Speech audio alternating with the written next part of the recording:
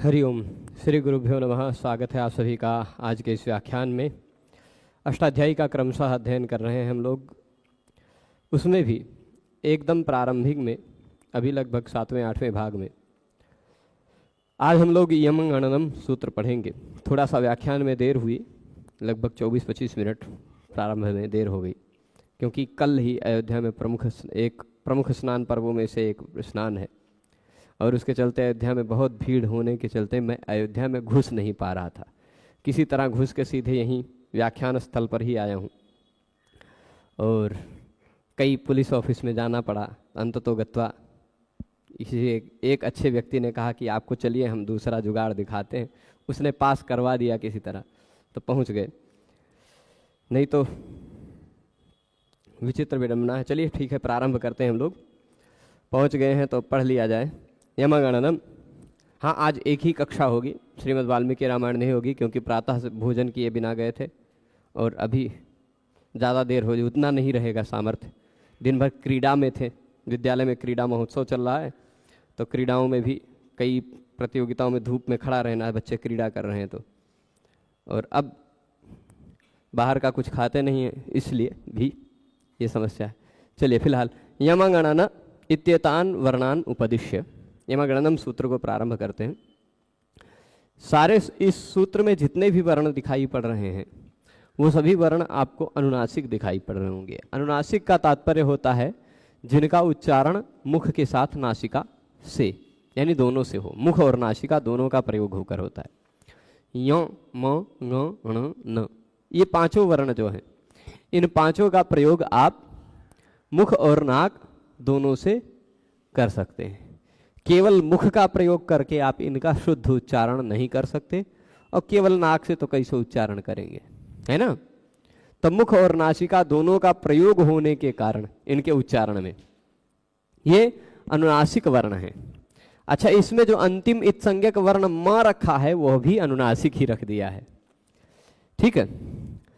तो एक बार मुझे लगता है कि अभी इसका लिंक नहीं भेजा गया है ना, टेलीग्राम पर भेज देता हूं मैं, या जो भी लोग हों एक बार प्रचारित कर दें, जिससे आपके परिचित लोग इससे जुड़ सकें। तो यमगणनम सूत्र में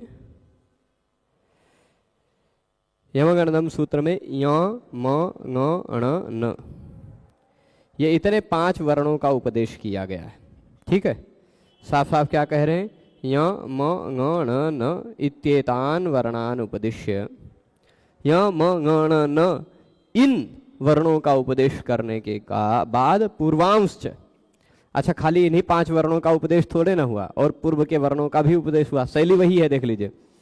तो य म ङ ण न इत्येतान वर्णान उपदिश्य, इन इतने वर्णों का, कितने वर्णों का, य म ङ ण न, इन सब में जो अ है वह उच्चारण के लिए है, ये पहले बताया जा चुका है, ठीक। इन सब में जो अ है वह उच्चारण मात्र के लिए है, ये बात पहले बताई जा चुकी है, इसलिए हलंत लगा करके यहाँ लिख रहे हैं।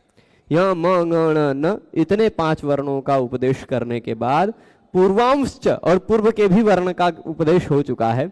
पूर्व कितने वर्णों का उपदेश हो चुका है, तो पूर्व में भी 14 वर्णों का उपदेश हो चुका है।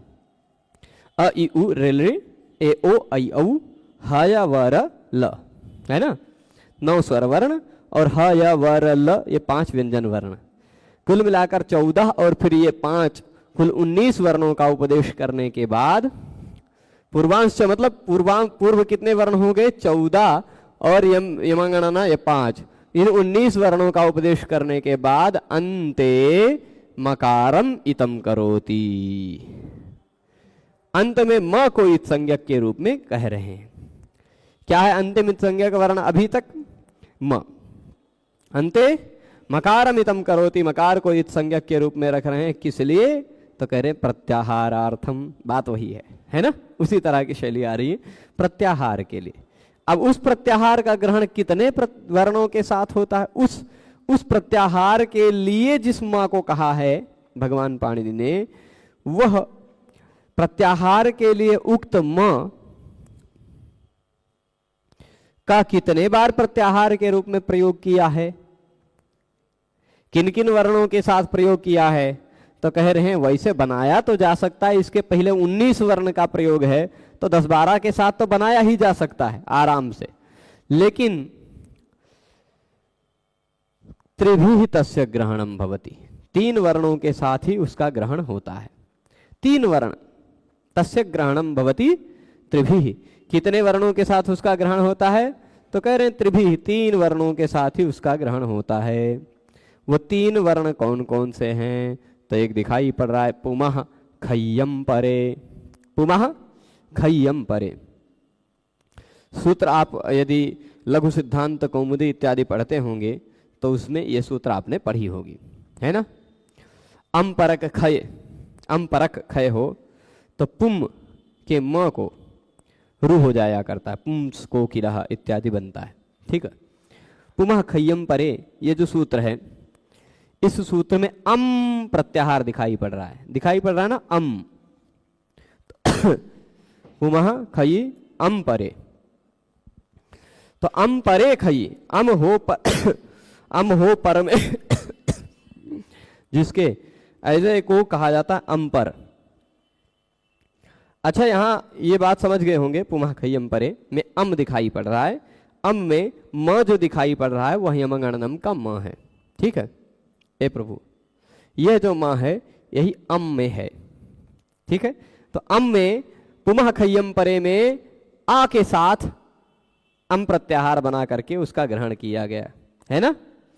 अच्छा, हलो यमाम यमिलोपहा, इसमें यमाम यमी दोनों जगह यम यम एक प्रत्याहार बनाया।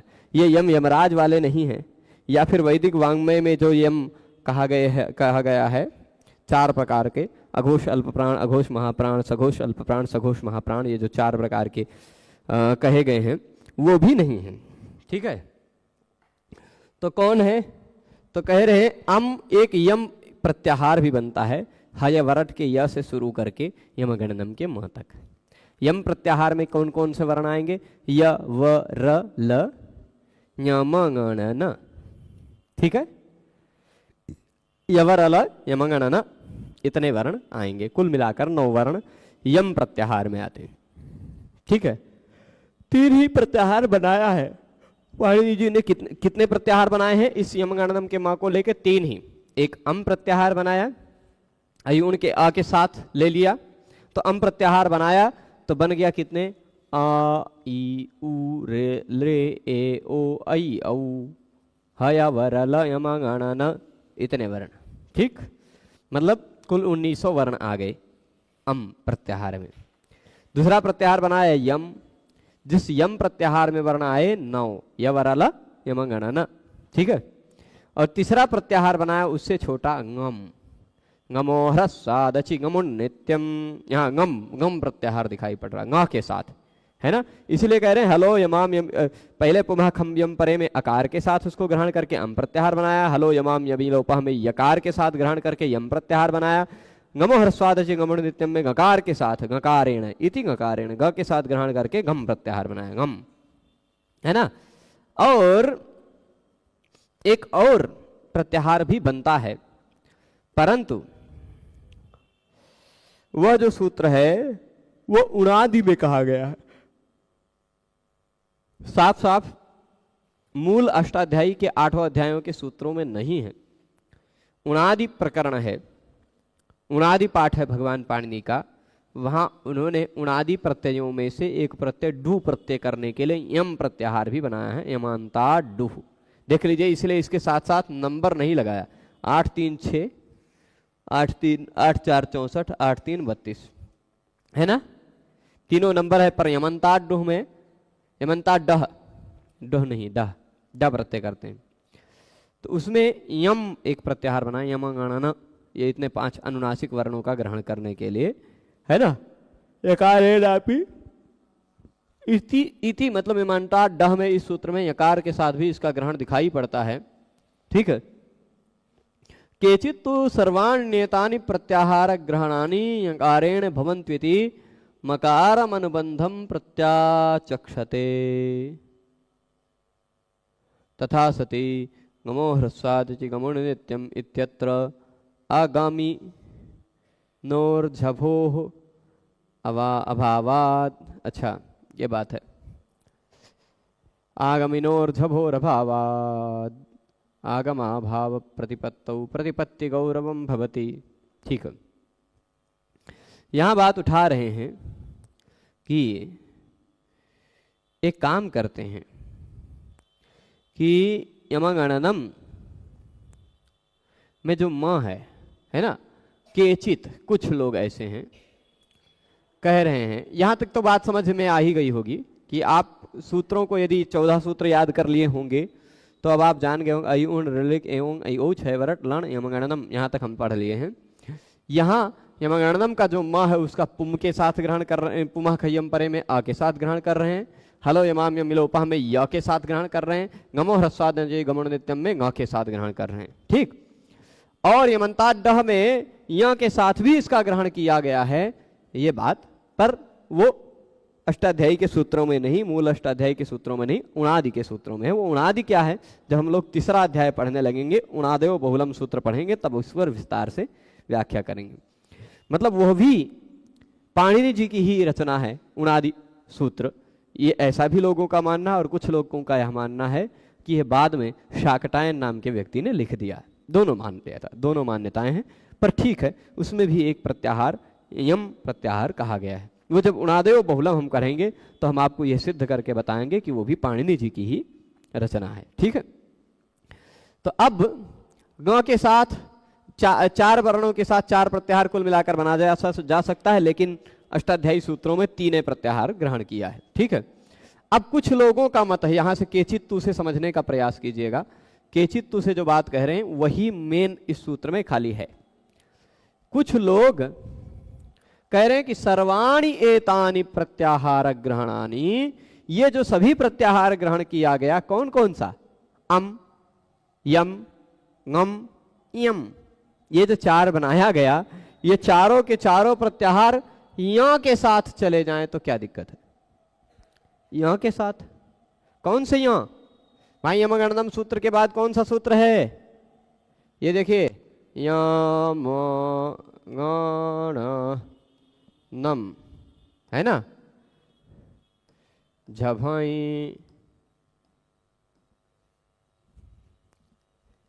तो कुछ लोग ऐसा आ जाते हैं, केचित्तु मतलब कुछ लोग कहते हैं कि ये जो हम माँ को इत संज्ञक रख करके, एक माँ को एक्स्ट्रा वर्ण बना करके, माँ को एक अतिरिक्त रख करके इत संज्ञक वर्ण के रूप में एक काम करते, 13 सूत्र बनाते, या भी हल जब आएगा तो उसको भी हटा करके कह देते कि 12 सूत्र बनाते, यमगणनम की जगह ये माँ हटा देते, ऐसा सूत्र हो जाता यमगणना झभ, यमगणना झभ, है ना, जैसे खफा छठा था चटा तब, इतना बड़ा सूत्र है तो यमगणना झभई ऐसा सूत्र भी बनाया ही जा सकता है।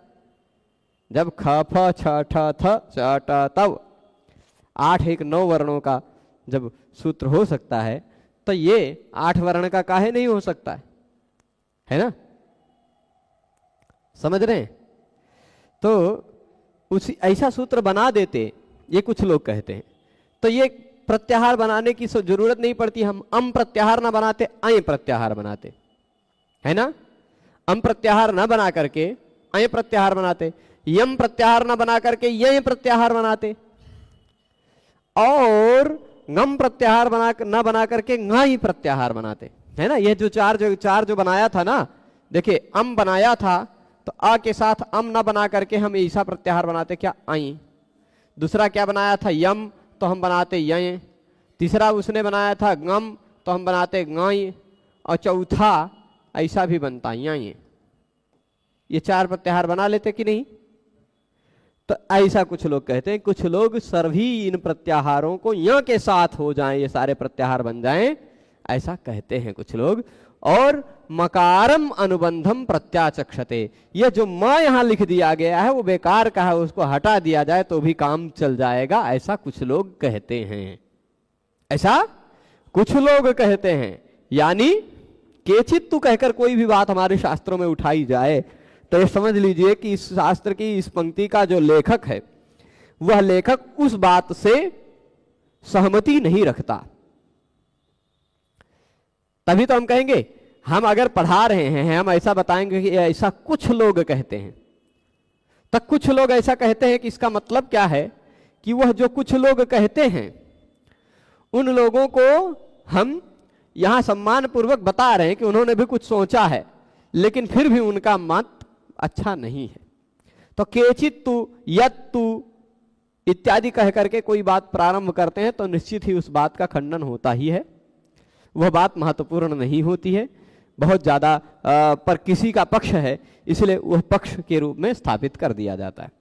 तो कुछ लोग कहते हैं कि ये क्या कहते हैं, प्रत्याचक्षते। प्रत्याचक्षते का तात्पर्य होता है प्रत्याख्यान कर देते हैं। प्रत्याख्यान करना मतलब खंडन कर देना। मां रूपी जो ये अनुबंध है यमगणनम में जो मां दिखाई पड़ रहा है उसकी जरूरत ही नहीं है, यमगणन झभय, ऐसे सूत्र बना दे। ठीक है, चलेगा, समझ रहे ना। तो मां को अनुबंध के रूप में प्रत्याख्यान करने लग जाते हैं कुछ लोग। जब मां का अनुबंध के रूप में प्रत्याख्यान करने लग जाएंगे तो यमगणन झभ ऐसा ही सूत्र बनेगा। और तथा सती है ना, तथा सती यमो ह्रस्वादचि गमो ह्रस्वादचि गमुन नित्यम। अब ऐसी स्थिति में क्या होगा, ये एक सूत्र है, गमो ह्रस्वादचि गमुन नित्यम। ठीक है, ये और हो सकता है हलो यमाम यमिलोपा में यम में कोई दिक्कत ना आती हो सकता है कि ये क्या कहते हैं अम छत्वमीति वाच्यम अथवा अम इत्यादि वह खय्यम परे में अम में हो सकता है कोई और दिक्कत ना आए, पर ये तो दिक्कत आएगी ही। कौन सी, गम। गम प्रत्याहार में क्या क्या आते हैं, ङ ण न, इतने ही वर्ण आते हैं ना गम में। लेकिन यदि यमगणनम में म ना होता तो यह गम प्रत्याहार भी ना होता, और गम प्रत्याहार ना होता तो गई प्रत्याहार बनाया पड़ता झभय सूत्र तक के यहाँ तक। तो इसमें दो वर्ण एक्स्ट्रा भी आ जाते। कौन कौन से, एक झ दूसरा भ आ जाता कि नहीं, ये बात समझ रहे। तो अब यही गमो ह्रस्वादचि गमुण नित्यम इत्यत्र आगमिनो हो झभो हो, गमो ह्रस्वादचि गमुण नित्यम सूत्र में गम प्रत्याहार ना रह करके गई प्रत्याहार बन जाता और वहां आ जाते झ और भ भी। लिखिए, दिखा दिया कि नहीं, आगमिनो झभो, पंक्ति समझ में आ रही ना। तो यहां इस सूत्र में आ जाते झ और भ, जो कि झ और भ का अभाव है ना। झ और भा का वास्तविक रूप में अभाव है, झ और भा की वहां आवश्यकता नहीं है गम में, है ना, फिर भी वो भी आने लग जाते। तो उनके आगम का अभाव होने के कारण, अब देखिए झ में अब गमुट में ग जगह रहता है तो हम आगम करते हैं गुट, है ना। णा रहता है तो हम आगम करते हैं णुट, और ना रहता है तो हम आगम करते हैं नुट। ऐसा तीन आगम करते हैं, है ना। प्रत्यंगात्मा, सन्नच्युत, सुगणनीशः और सन्नच्युतः, ये उदाहरण हमने संधि सामान्य रूप से पढ़ी है वहां पर लघु सिद्धांत कौमुदी पढ़ते समय, पर वो बहुत जरूरी नहीं। अब इसी आधार पर यदि गमो ह्रस्वादचि गमुण नित्यम न होता तो गयो ह्रस्वादचि गयुण नित्यम होता। गम प्रत्याहार तो होता नहीं ना, तो गयुण होता तो यहाँ झ को झुट करना पड़ता हमको, झुट, और भा को भुट, ऐसा भी आगम होने लग जाता है कि नहीं। तो यहां कह रहे हैं कि यहां आगमी जो हैं झ और भ, उनका अभाव होने के कारण आगम का भी अभाव होने, आगम के अभाव की भी आपत्ति होने लग जाती कि झुट भुट इन सब का भी आगम करने लग जाते हैं हम लोग, है ना। तो इसलिए प्रतिपत्ति गौरवम भवती, तो जबकि वो होता नहीं है तो हमको यह समझाना पड़ता कि भाई झ और भा को छोड़कर बाकी सारे गम में उठ जोड़ना है। ठीक समझ रहे हैं, तो झ और भा को छोड़ना पड़ता। बहुत सारे ऐसे जगह हैं जहां झ और भा की आवश्यकता नहीं है, वो फिर से आ ही जाते, है ना। इसलिए बहुत सारे ऐसे जगह हैं जहां पर यमगणना तक ही वर्णों की आवश्यकता है, इसलिए यहां एक अतिरिक्त इत संज्ञक वर्ण की आवश्यकता है प्रत्याहार बनाने के लिए, इसलिए म की आवश्यकता है ना। प्रतिपत्ति गौरवम भवति, ज्ञान का तो गौरव हो ही जाता है ना, झ और भ का भी ज्ञान हमें करना पड़ता अतिरिक्त रूप से, यही गौरव बता रहे हैं। ठीक है, ये बात स्पष्ट है। अब इसके बाद यमांगना, ये हिंदी हम लोग पढ़ लेते हैं जल्दी से, ठीक है, हिंदी पढ़ लेते हैं। अब यहाँ कह रहे हैं कि यमांगना, ये कह रहे हैं कि आगमिनोर झभोर अभावात, मैं पढ़ा रहा हूं, फिर 6 बजे के क्या कहते हैं 7 बजे के बाद बात करें, ठीक है। तो आगमिनो हो झभोर अभावात आगमा भाव प्रतिपत्तौ प्रतिपत्ति गौरवम भवति। तो यमांगना, ये तक समझिएगा, ये 5 वर्णों का उपदेश किया गया है। कितने वर्णों का? 5 वर्णों का उपदेश किया और प्रत्याहार के लिए अंत में म का पाठ किया गया। यमंता ड ए उनादि सूत्र में यम प्रत्याहार के रूप में यकार के साथ भी मकार का ग्रहण होता है। ये कुछ महत्वपूर्ण तथ्य है ना। सामान्य रूप से 3 जगह से, पर एक उनादि सूत्र में भी कुल मिलाकर 4 प्रकार से, 4 जगह से इस प्रत्याहार को बनाया जाता है। कुछ लोग मकार का अनुबंध का खंडन करते हैं, उनके अनुसार पूर्वोक्त सभी प्रत्याहार यहाँ के से ही बनाए जा सकते हैं, परंतु ऐसा मानने में एक दोष है। गई की दशा में स्थानीय के रूप में झ और भ भी होने लगेगा, है ना। गई बनाने लगते तो झ और भ भी होने लगता, परंतु झ और भ स्थानीय के रूप में पदांत में उपलब्ध ही नहीं है। झ और भ कभी पद के अंत में उपलब्ध ही नहीं है।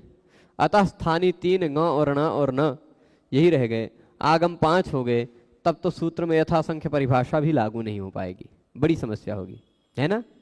मतलब क्या है, ये हमें पता चला कि आगम 5 हो रहे हैं, गुट णुट नुट झुट भुट, 5 आगम हो रहे हैं।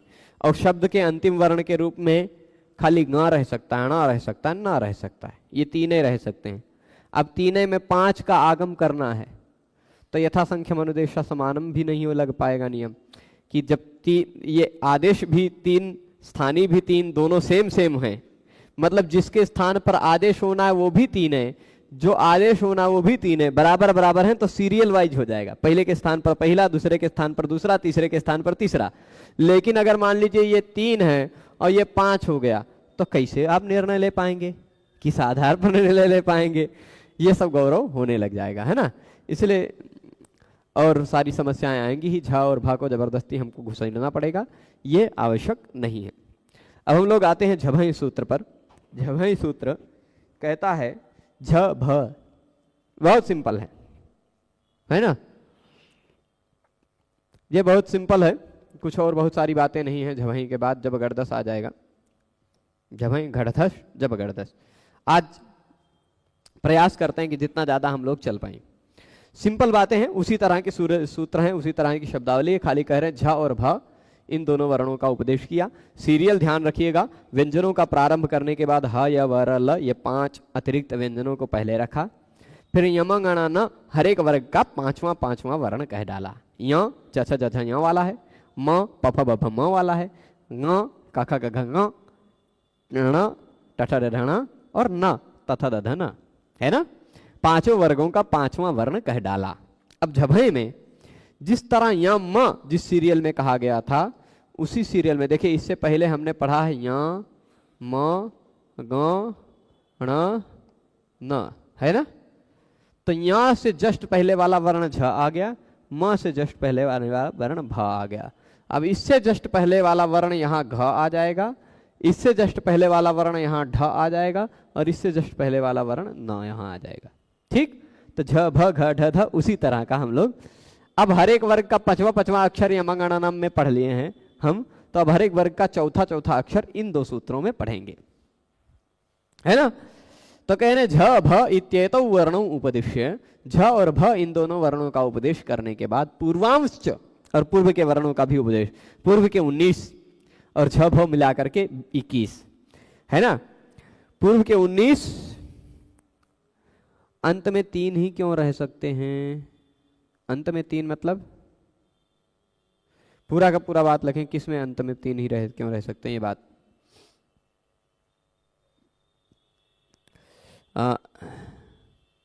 चलेगा। तो मैं बता रहा था झ और भ, है ना।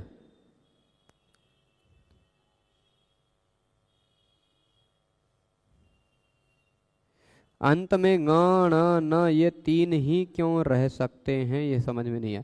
देखिए, सामान्य रूप से किसी भी शब्द का अंतिम वर्ण भ होता है क्या?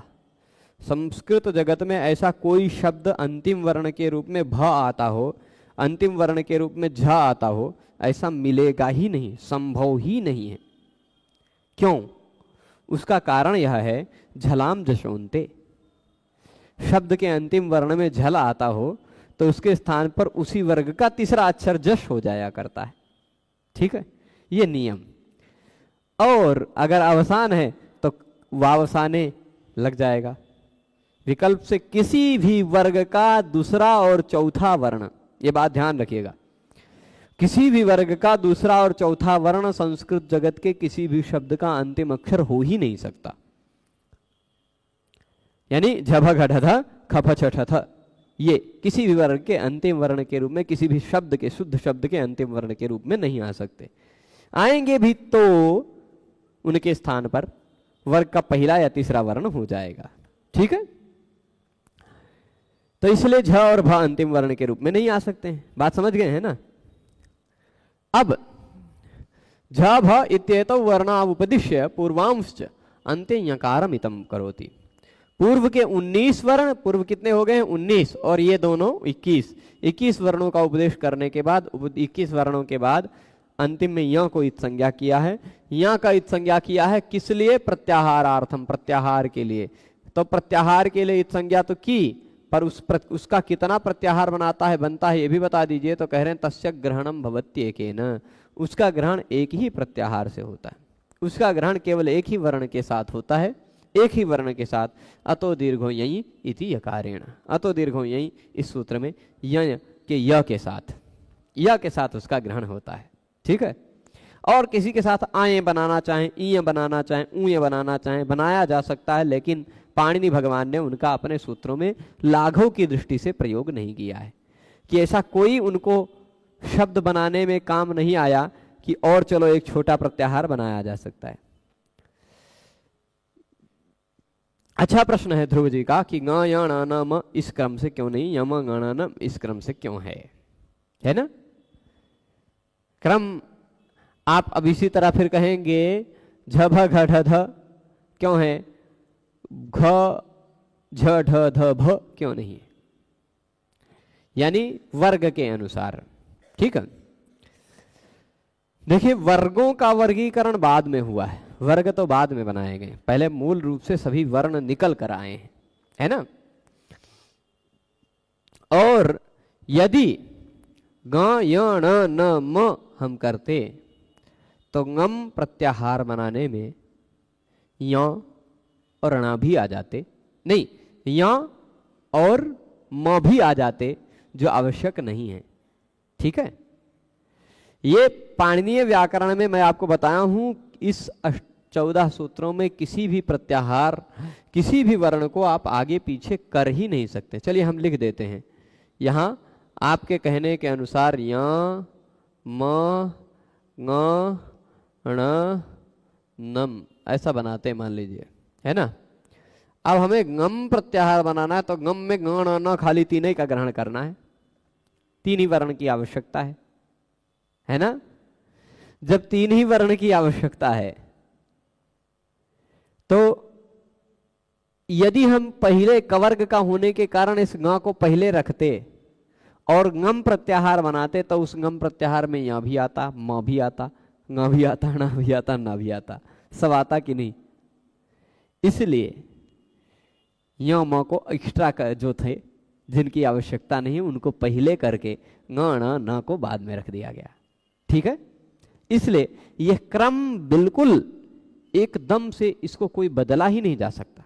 अब जैसे यम गण न बनाया जा सकता था वैसे झभ घढ़ भी बनाया जा सकता था, झभय में य की जरूरत ही नहीं थी।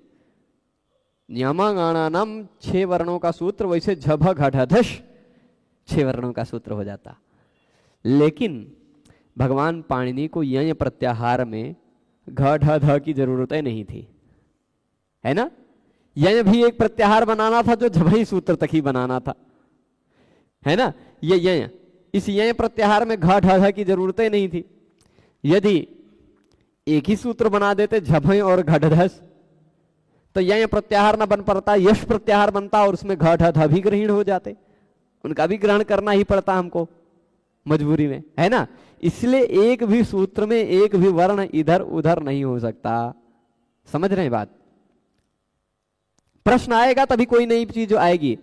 पद्मनाभ को भकारांत मानना चाहिए क्या? नहीं, पद्मनाभ अकारांत है, अकारांत, उसमें अंतिम वर्ण अ है ना। आप किसी भी एक भी वर्ण को, एक भी वर्ण निरर्थक नहीं होता, प्रत्येक वर्ण को गिनना पड़ता है।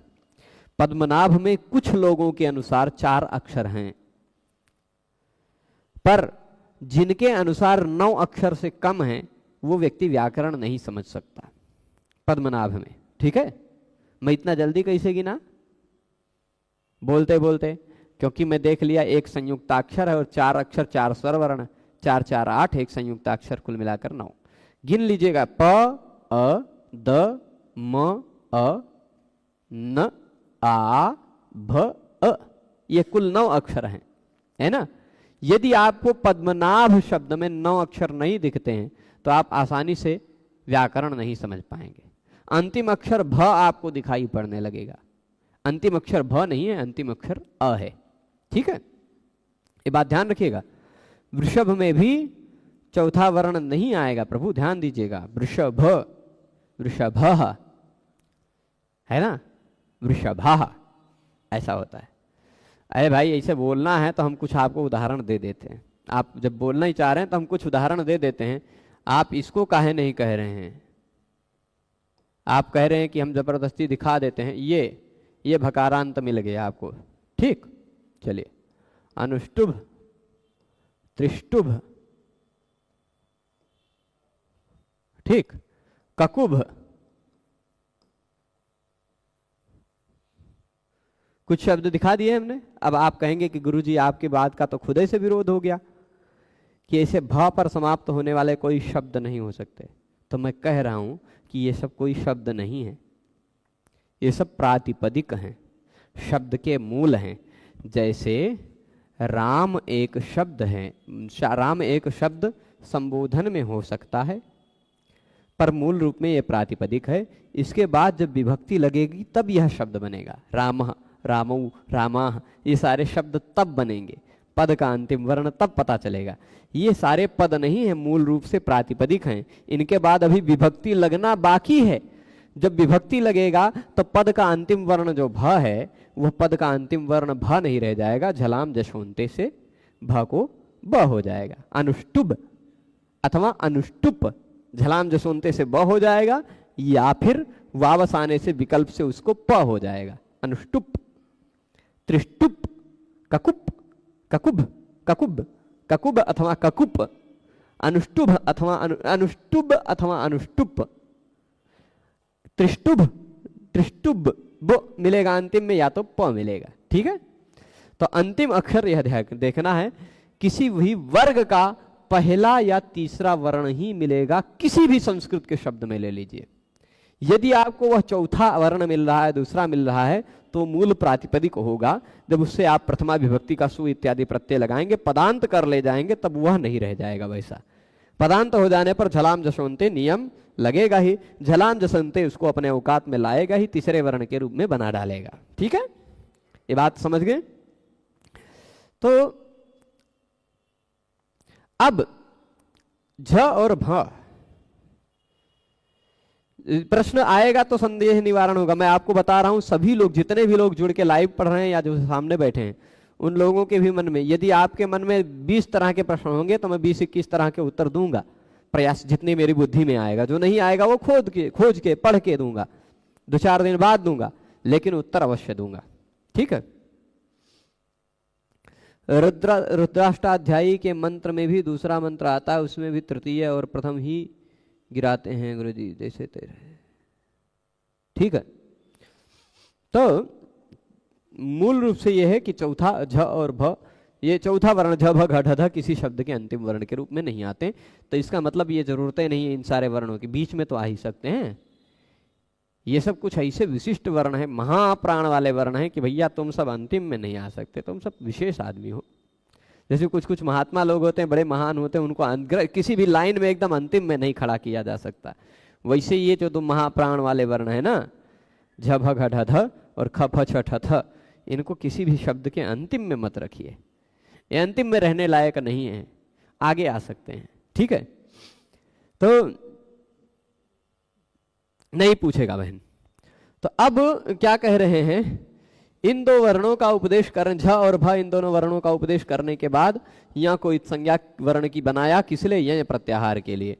अब यह प्रत्याहार में झ भ का ग्रहण आवश्यक है, लेकिन घ ढ ध का ग्रहण आवश्यक नहीं है, इसलिए घटधश एक अलग सूत्र बना डाला। अन्यथा यमगणनम की तरह झ भ घटधश सूत्र ही बना डालते, यह नहीं रखते बिचुआ में, है ना, क्योंकि झ भ को अलग तोड़ना था और घ को अलग तोड़ना था। बात स्पष्ट है। घ ढ ध सूत्र को देखते हैं, इसमें भी आप देख लीजिए, घ ढ ध इत्येतान वर्णान उपदिश्य, एक है ना, झ भ घ ढ ध। एक इसके अतिरिक्त समय मिले तो लघु सिद्धांत कौमुदी भी चल ही रही है प्रभु बहन जी, लघु सिद्धांत कौमुदी साथ ही साथ चल रही है। अभी 15 तारीख तक की क्लास शेड्यूल है यूट्यूब पर, आप सुबह सुबह 10 बजे के आसपास देखिए। और प्रारंभ से उसके 200 से ज़्यादा वीडियो पढ़ चुके हैं यूट्यूब पर, प्लेलिस्ट भी है, वहाँ से देख लीजिए। हाँ, भ्वादि प्रकरण हमने संपन्न कर लिया, उसके बाद अदादि, जुहोत्यादि, दिवादि इत्यादि पढ़ाना बाकी है। वो घर पे बैठ के कभी कभी समय मिलता रहेगा तो बीच बीच में एक एक वीडियो रिकॉर्ड करके डाल दिया करेंगे। ठीक है, यहाँ इतना ही समय मिलता है, बच्चों को जाना भी रहता है, दूर दूर से पैदल भी आते हैं कुछ कुछ लोग। तो घ ढ ध इत्येतान वर्णान उपदिश्य, घ ढ ध इन इतने वर्णों का उपदेश करने के बाद पूर्वांश और पूर्व के वर्णों को भी अंते शकारमितं करोति, अंत में शकार की संज्ञा की। किस लिए? उसी लिए जिस लिए इससे पहले सारे वर्णों की संज्ञा करते आ रहे थे। किस लिए? तो जी, शब्द और पद एक ही होता है। घ ढ ध ये इतने वर्ण जो हैं, इन सबको वर्णन करने के बाद श को संज्ञा किस लिए की? प्रत्याहार के लिए। और उसका प्रत्याहार कितने प्रत्याहारों के साथ उसका ग्रहण होता, तो कहते हैं तस्य ग्रहणम भवति द्वाभ्याम, उसका ग्रहण होता है दो वर्णों के साथ। उस श का ग्रहण होता है कितने वर्णों के साथ, तो कह रहे हैं द्वाभ्याम, दो वर्णों के साथ। कौन कौन से हैं वो दो वर्ण? कौन कौन से हैं वो दो वर्ण? तो कह रहे हैं एकाचो बशो भश झषन्तस्य स्ध्वोः, एक सूत्र है। स्ध्वोः नहीं दिखाई पड़ रहा होगा, दिख रहा है? ए भाई सरक जाओ। स्ध्वोः आधा स, कुछ लोग इसको नहीं पढ़ पाएंगे, इस ध्वोः है ना, पर ध्वोः है, ध्वोः। ठीक है, तो एकाचो बशो भश, एकाचो बशो भश झषन्तस्य स्ध्वोः। यहां आप झभग घटधश सूत्र का श दो बार प्रयुक्त देख रहे होंगे। कौन कौन से? यहां देखिए, भश झश, ये दो प्रत्याहार बनाया है ना, भश प्रत्याहार और झश प्रत्याहार बनाया है। तो नोट्स बनाना हो तो नोट्स बनाइए, अन्यथा वही काशिका वृत्ति वाली पुस्तक ले लीजिए, सामान्य रूप से समझिए। और नहीं भी पुस्तक लेना है तो आप अष्टाध्यायी.com से मूल ये टेक्स्ट पा सकते हैं, हिंदी के बिना वाली, वहाँ से समझिए, मैं लाइन समझा रहा हूँ। और जो लोग पुस्तक ले सकते हैं वो लोग पुस्तक कौन सी लेंगे, ये शुरुआती कुछ वीडियोज़ में हमने उसके लिंक डाले हैं, सभी में डालना बाकी है ना। बार बार लिंक कॉपी पेस्ट करके डालना पड़ता है, और क्लास भी शेड्यूल करो, उसका लिंक भी डालो। शायद पढ़ा हो कि नहीं कह नहीं सकते, देख लेता हूँ, शायद हो सकता है इसके डिस्क्रिप्शन में उसका लिंक हो। है इस वीडियो में आप जो देख रहे हैं, नीचे जो आपका नाम लिखाई पड़ रहा होगा संस्कृत ग्रामर फॉर बिगिनर्स, उसके उसी पर टच करेंगे, मोर पर टच करेंगे तो आपको काशिका वृत्ति PDF की लिंक मिल जाएगी। वो PDF आप डाउनलोड कर सकते हैं, इस PPT को भी आप डाउनलोड कर सकते हैं, है ना। तो है ये व्यवस्थाएं, जितनी व्यवस्था मैं कर पाता हूँ। सरल संस्कृत व्याकरण.com पर भी ये सारी कक्षाएं मिल जाएंगी आपको, सरल संस्कृत व्याकरण ऐप पर भी ये सारी कक्षाएं मिल जाएंगी, संस्कृत गंगा पर भी मिलनी ही लगी हैं सारी कक्षाएं। और उसके साथ साथ गुरुजी जब आ जाएंगे तो गुरुजी के भी चैनल पर आने लगेंगी सारी सामग्री। आप लोग अपने भी चैनल पर इसको डाउनलोड करके डाल सकते हैं, ठीक है। तो सामग्री उपलब्ध कराना, अधिक से अधिक लोगों तक पहुंचाना, यह लक्ष्य है। ठीक है, तो चलिए, एकाचो बशो भस झसंतस्य स्धोः। एकाच, ये बश और यहाँ भश और झस दिखाई पड़ रहा है। भश और झस ये द्वितीय प्रत्याहार बनाए हैं, है ना। तो भश और झस ये दो प्रत्याहार बनाया गया है। इन दोनों प्रत्याहारों में आप देख लीजिए, भश, भ घ ढ ध, ये चार वर्ण आ जाएंगे। झभय के भ से शुरू करके घटधश के श तक। तो भश में भ घ ढ ध आ जाएगा और झस में झ भ घ ढ ध आ जाएगा, है ना। ये द्वितीय प्रत्याहार इससे बना है। ठीक है। इति झकार भकाराभ्याम, झकार के साथ और भकार के साथ, दोनों के साथ एक ही सूत्र में दिखाई पड़ गया, भश और झश, है ना। प्रश्न आ रहा है कि गुरुजी आप जहां पढ़ा रहे हैं वहां टीजीटी का कोर्स पढ़ाया जाता है? नहीं प्रभु। तो अच्छा, भश क्यों बनाया? झश से ही काम हो रहा था, तो बहुत अच्छा बात है। अब यही सूत्र में ही हम समझाएंगे क्यों भश बनाया। ठीक है। मैं आपको बता दूं, प्रश्न उठेगा तो प्रश्न का उत्तर मिलेगा ही। देखिए, मैं TGT, PGT, UGC net, JRF इत्यादि परीक्षाओं के लिए पहले के समय में कुछ अंश पढ़ाता था, अब नहीं पढ़ाता हूं। अब आपको ऐप में हमारे कुछ सामग्री मिलेगी, लेकिन उतनी पूरी सामग्री नहीं मिलेगी, क्योंकि कुछ व्यक्ति तो होने चाहिए जो संस्कृत के ग्रंथों को मूल मूल, लाइन लाइन, पंक्ति सह पढ़ा सकें। आजकल परीक्षा की दृष्टि से तैयारी करने वाले, बहुविकल्पीय प्रश्नों को जानने वाले, पर ग्रंथ की पंक्तियों को शब्दशः समझने वाले लोग बहुत कम मिलते हैं। परीक्षा की तैयारी तो एमसीक्यू के बेस पर कर करके बहुत सारे लोग कर लेते हैं और बहुत सारे लोग करवा लेते हैं, लेकिन किसी ग्रंथ को शब्दशः, पंक्तिशः पढ़ सके, पढ़ा सके और पढ़ाने लायक छात्रों को तैयार कर सके, ऐसा काम करने वाले बहुत कम लोग हैं। तो मन में संकल्प हुआ कि यही काम करना है और यही काम अब करना है।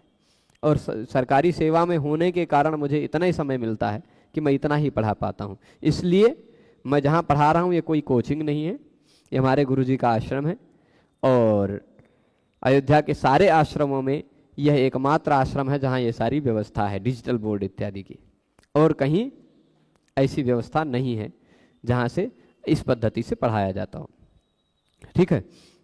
और ये यहाँ से हमेशा आप सबको, जब तक ये सिस्टम जीवित रहेगा या ये व्यक्ति जीवित रहेगा तब तक नहीं, ये व्यक्ति जीवित रहेगा, ये सिस्टम तो मर भी जाएगा तो भी कोई दिक्कत नहीं, तब तक आप लोगों को निःशुल्क कक्षाएं मिलती रहेंगी। ठीक है।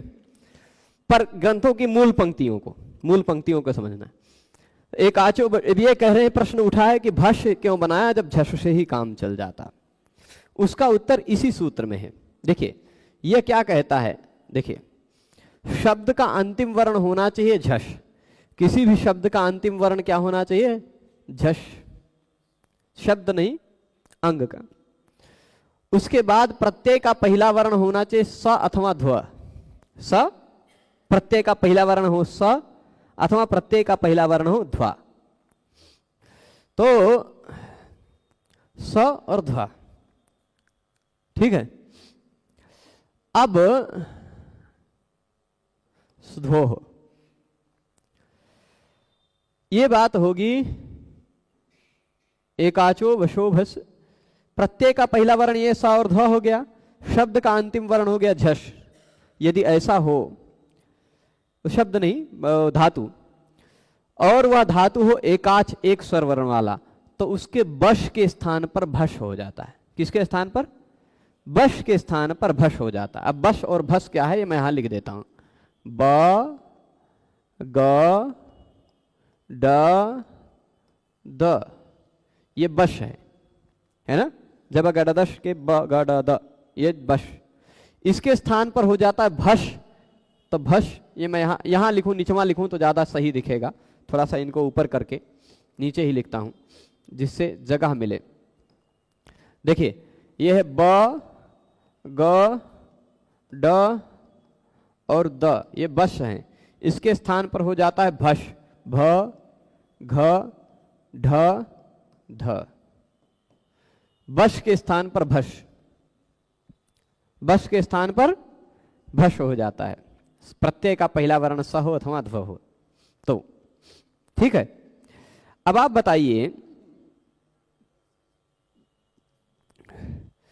अब बगडद भगडध, ये बात हुई। यदि झष प्रत्याहार होता तो हम कहते कि बस के स्थान पर झभगढध होता। हम भष प्रत्याहार न बनाते तो झ को भी करना पड़ता, किसके जगह पर लाते, किसके जगह पर लाते आप झ को, है ना। चार इधर 5 हो जाते झष प्रत्याहार से ही यदि आप काम चलाने लगते। तो आप कहते नहीं, इधर झस है तो इधर हम जस रख देते, ज भी रख देते इधर। तो भाई ज के जगह पे आप जो झ करने लग जाते वह शुद्ध नहीं होता। इन 4 वर्णों के स्थान पर यह 4 वर्ण हो सकते हैं, इसके स्थान पर यह नहीं हो सकता। ठीक है, इसलिए ये 4 वर्ण आवश्यक हैं, इसलिए भष प्रत्याहार बनाना पड़ा। ठीक, ये 4 ही वर्ण आवश्यक हैं, इसलिए बश प्रत्याहार भी बनाना पड़ा, जो अगले सूत्र में हम पढ़ेंगे, अगले सूत्र में जब गडदश पढ़ते समय पढ़ेंगे। ठीक है, तो ये बात ध्यान रखिएगा। कभी कभी भगवान पाणिनि को 2 वर्ण की 3 वर्ण की ही आवश्यकता होती, उन्हीं का काम करना होता, उन्हीं वर्ण के स्थान पर कार्य करना होता है, तो ये काम चलता है। ठीक है, प्रश्न ये कई बार आया है, वीणा पाणौ यस्य सौ यस्य सह वीणा पाणि। देखिए, एक बार सप्तमी विशेषणे बहुव्रीहौ सूत्र पढ़ लीजिए, मैं आपको बता रहा हूं। ठीक है, सप्तमी विशेषणे बहुव्रीहौ। ठीक, वो सप्तमी विभक्ति से युक्त शब्द और विशेषण सूचक शब्द बहुव्रीहि में पहले प्रयुक्त होता है ना। कंठे कालः यस्य सः कंठे कालः, है ना। अब वीणा पाणौ यस्य सः वीणा पाणि करने लग जाएंगे यदि आप, तो पाणि वीणा क्यों नहीं बनेगा। पाणि शब्द सप्तमी विभक्त्यंत है, उसका पहले क्यों नहीं प्रयोग होगा। सप्तमी विशेषणे बहुव्रीहौ के अनुसार, खाली मैं प्रश्न उठा रहा हूं। ठीक है, और उसका उत्तर यही है कि वीणा पाणि ही बनेगा स्त्रीलिंग में भी। क्या स्त्रीलिंग में मति, रुचि इत्यादि शब्द नहीं बनते हैं? बनते ही हैं। ठीक है, अथवा यदि आप जबरदस्ती बनाना चाहें तो सर्वतोक्तिन्नर्थादित्य के से जबरदस्ती करके ई दीर्घ भी बना लीजिए गीश करके। पर फिर भी एक उदाहरण, किसका उदाहरण, एकाचो बशो भस का उदाहरण चाह रहे हैं क्या आप? वो बश के स्थान पर भस हो जाता है जो, ठीक है भाई, उसका भी उदाहरण दे देते हैं। एकाचो बशो भस झसंतस्य धोह, हाँ दुह है, बहुत विचित्र। चलिए, हाँ बुध धातु आप देख लीजिए, बुध धातु दे दें या दुह धातु दे दें, दुह धातु दे देते, है ना। दुह,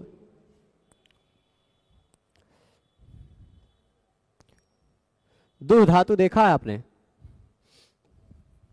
दुह धातु में जब हम लृट लकार लगाएंगे, लृट लकार भविष्य काल का रूप बनाना चाहेंगे, दुह धातु दोहन अर्थ में, पूर्ण करने के अर्थ में, भरने के अर्थ में। इससे जब हम लृट लकार का प्रत्यय लगाएंगे ना, तो लृट लकार का प्रत्यय लगाने पर एक काम होगा, क्या? वह लृट लकार में आप जानते होंगे पठिष्यति, गमिष्यति, खादिष्यति, पास्यति इत्यादि बनता है ना। यानी आप ये जानते हैं कि स्यति प्रत्यय लगता है, वो कैसे लगता है वो हम भविष्य में पढ़ेंगे। लृट लकार में सामान्य रूप से स्यति प्रत्यय रहता है। अब देखिए, यह एकाच है, यह धातु कैसा है? एक स्वरवर्ण वाला है। एकाच मतलब एक स्वरवर्ण है जिसमें वह एकाच। इसमें कितने स्वरवर्ण हैं? एक, दो, द, उ, ह, 3 वर्ण है, लेकिन स्वरवर्ण तो एक है, उ, है ना। तो एकाच है। उसके बाद एकाच होना चाहिए, साथ ही साथ झषंत भी होना चाहिए। झषंत, झषंत यानी उसका अंतिम वर्ण झष होना चाहिए। झ भ घ ढ ध, तो अभी झ भ घ ढ ध है नहीं, इसको ह को हम कर देंगे होढ़ा से ढ कर देंगे।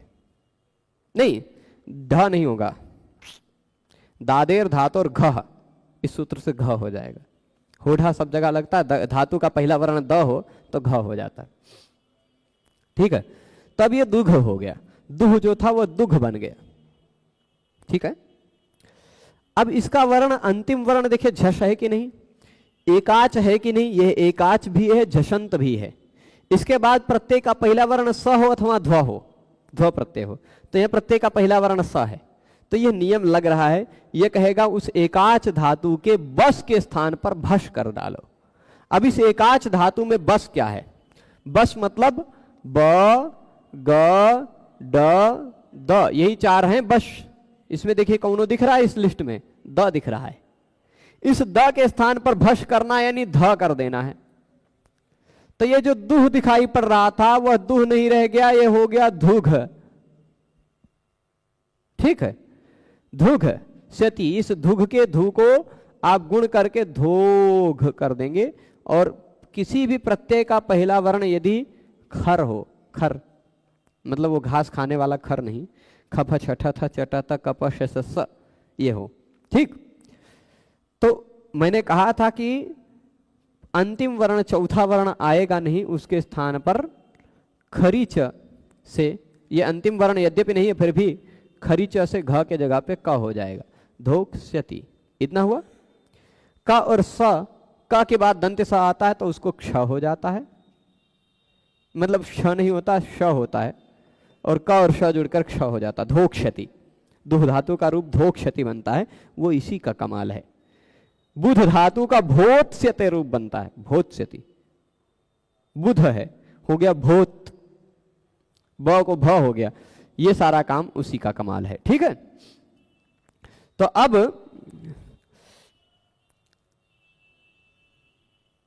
इसके बाद संस्कृत गंगा में ले सकते हैं बिल्कुल। हाँ, अब देखिए ये बात समझ में आ गई होगी। एकाचो वशोभजसंतस्व धोह, इसको अब यहां लेते हैं 1 मिनट। झ भ घ ढ ध, इस घ सूत्र में झ घ ढ ध इत्येतान वर्णान उपदिश्य पूर्वांश अंते शकारमितम करोति प्रत्याहारार्थम। यह बात हो गई होगी कि घ ढ ध इन तीनों वर्णों का उपदेश करके और पूर्व के वर्णों का भी उपदेश करके अंत में शकार को संज्ञक वर्ण के रूप में रखा है प्रत्याहार के लिए। उसका प्रत्याहार का ग्रहण होता है दो वर्णों के साथ, एकाचो वशोभजसंतस्व धोह, इसी एक ही सूत्र में भष और झष में भ और झ के साथ उसका ग्रहण कर लिया गया है शाखा, ठीक है। बन जाएगा इति झकार भकाराभ्याम, झ के साथ और भ के साथ उसका ग्रहण है। अब घ ढ ध इन तीनों वर्णों का उपदेश किया गया है, अंत में प्रत्याहार के लिए श का इत संज्ञक का ग्रहण किया गया है। इस शकार का 2 बार ग्रहण होता है, एक देखने के लिए सूत्र ये है।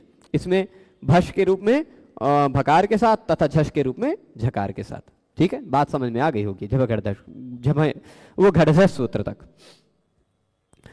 अब आते हैं हम जब गणदश सूत्र पे, जब गणदश है ना। तो 5 वर्ण हैं इसमें, ये पांचों वर्ण हर एक वर्ग के तीसरे अक्षर हैं। अभी इससे पहले के जो 2 सूत्र में हमने देखे झभय और घटधश, उसमें हर एक वर्ग के चौथे वर्ण थे। आज हमने हर एक वर्ग के 5वें वर्ण यमगणनम को देखा है ना। आप जरा सीरियल देखिएगा, ये सीरियल को गौर कीजिएगा। वर्णों को मैं आपको इसलिए जोर दे के बता रहा हूं कि वर्णों का क्रम किसी में सामर्थ्य नहीं कि बदल दे, एक भी वर्ण को आगे पीछे न कर सके। मैं बताऊंगा प्रातिपदिक किसे कहते हैं, रुकिएगा। यह है आप या म न, 1 मिनट, दिख रहा है कि नहीं कैमरे में? 1 मिनट, ज्यादा ऊपर लिखेंगे तो इससे पहले देखिएगा झ भ घ ढ ध, यही इतने थे ना झभय घटधस में, झभ घट ध। और उससे पहले यम गणना, य म ङ ण न। अब आप वर्णमाला बना सकते हैं, ज झ य ब भ म ग घ ङ ड ढ ण, है ना, नहीं ड ढ ण द ध न। बन गया ना हर एक वर्ग का तीसरा चौथा पांचवा, उसी सीरियल से।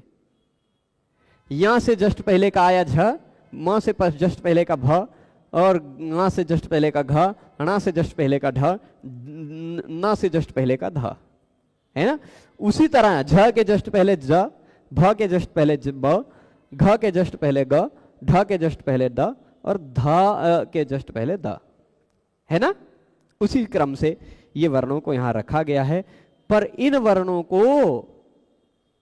वर्णों में से किसी 2-3 की आवश्यकता नहीं थी। पाणिनि जी ने को इसलिए अलग अलग नहीं किया, जैसे यमगणनम को अलग अलग नहीं किया, एक ही साथ कह दिया 5वें वर्णों को, गणना को बाद में कर दिया, क्रम बदल दिया। क्रम क्यों बदला उसका कारण भी मैंने बता दिया। झभय और घटधस में क्रम क्यों बदला हुआ है, क्या कारण है। झभ को उनको अलग जरूरत थी ये प्रत्याहार में, भ्याम इत्यादि प्रत्ययों में, है ना, इसलिए झभ को अलग रख दिया और घटध को अलग रख दिया, है ना, बात समझ रहे हैं। तो अब जब घटध इन इतने वर्णों का उपदेश कर किया और पूर्व के वर्णों का भी उपदेश किया, उसी क्रम में अंत में श को इत्संज्ञक के रूप में रखा गया है। किस लिए, प्रत्याहारार्थम, प्रत्याहार निर्माणार्थम, ठीक है, प्रत्याहार निर्माणार्थम। अब तस्य ग्रहणम भवति षड्भिः, जब गणदश सूत्र में जो श है उसका ग्रहण करके 6 प्रत्याहार बनते हैं। ठीक, 6 प्रत्याहार बनते हैं। कौन कौन से 6? वह 6 आप देखेंगे, भो भगो अघो पूर्वश योशी अश, हशी च हश, नेड वशीकृति वश, झलाम जस झसी झश, और एकाचो बशो भस झसंतस्य धुओ भश, बस ये बना है ना। तो अच्छा, झलाम जस झसी में जस और झस दोनों है ना। तो कुल मिलाकर के 6 प्रत्याहार इससे बनते हैं। चलेगा, इसको और विस्तृत से जबगणदश सूत्र से आगे के विषयों को कल पढ़ा जाएगा, आज रोका जाता है। सूचना एक है, कल अष्टमी होने के चलते कुछ लोग नहीं, अष्टमी नहीं त्रयोदशी होने के चलते कल कुछ लोग नहीं आए थे, तो नाम नहीं लिखाया था। यह था धोक स्थिति में स को श कैसे होगा, आदेश प्रत्यय हो नियम है, ठीक है बालकृष्ण जी, आदेश प्रत्यय हो। तो मैं बता रहा था कि एक सूचना छोटी सी है, कल बहुत कम लोग शिशुपाल वध के व्याख्यान में आए थे, तो मैंने बताया था कि जो भी लोग, जिनको भी पुस्तक चाहिए, अष्टाध्यायी यहाँ मेरे वेबसाइट से, ये जो वीडियो के जस्ट नीचे से भी डाउनलोड कर सकते हैं, सरल संस्कृत व्याकरण.com वेबसाइट से भी डाउनलोड कर सकते हैं, ऐप पर भी मैं इसको डाल दूंगा, वहाँ से भी डाउनलोड कर सकते हैं। और यदि पुस्तक देखिए, पढ़िए, आपको अच्छी लग रही है कि पुस्तक से समझ में आएगी, तो आप वो पुस्तक ऑनलाइन अमेजन इत्यादि से खरीद के मंगवा भी सकते हैं। चौखंबा का भी संपर्क ऑनलाइन मिल जाता है, वहाँ से भी आप खरीद के मंगवा सकते हैं। पुस्तक 3 भागों में मिलती है, 1400 के आसपास में मिल जाती है।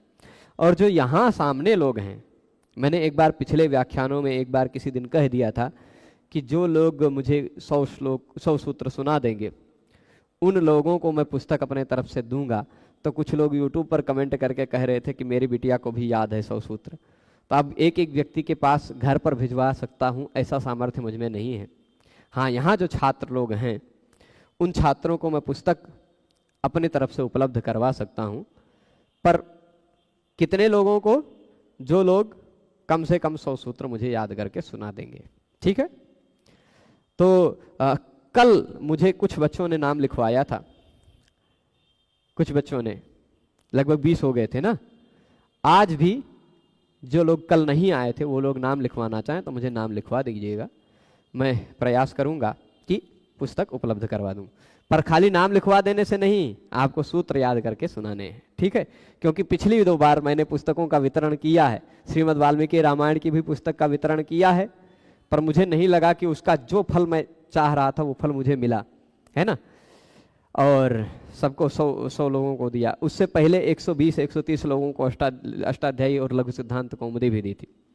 तो वो सब केवल उन्हीं लोगों को प्राप्त होगा जो लोग सुनाएंगे, जिनमें मुझे दिखाई पड़ेगा कि इनमें तत्परता है, कुछ पढ़ना चाहते हैं, ठीक है। तो पुस्तक आपको हमारी तरफ से पुरस्कार में मिलेगा। तो अभी सभी लोग जुड़े रहे, उसके लिए बहुत बहुत धन्यवाद। नमो नमः।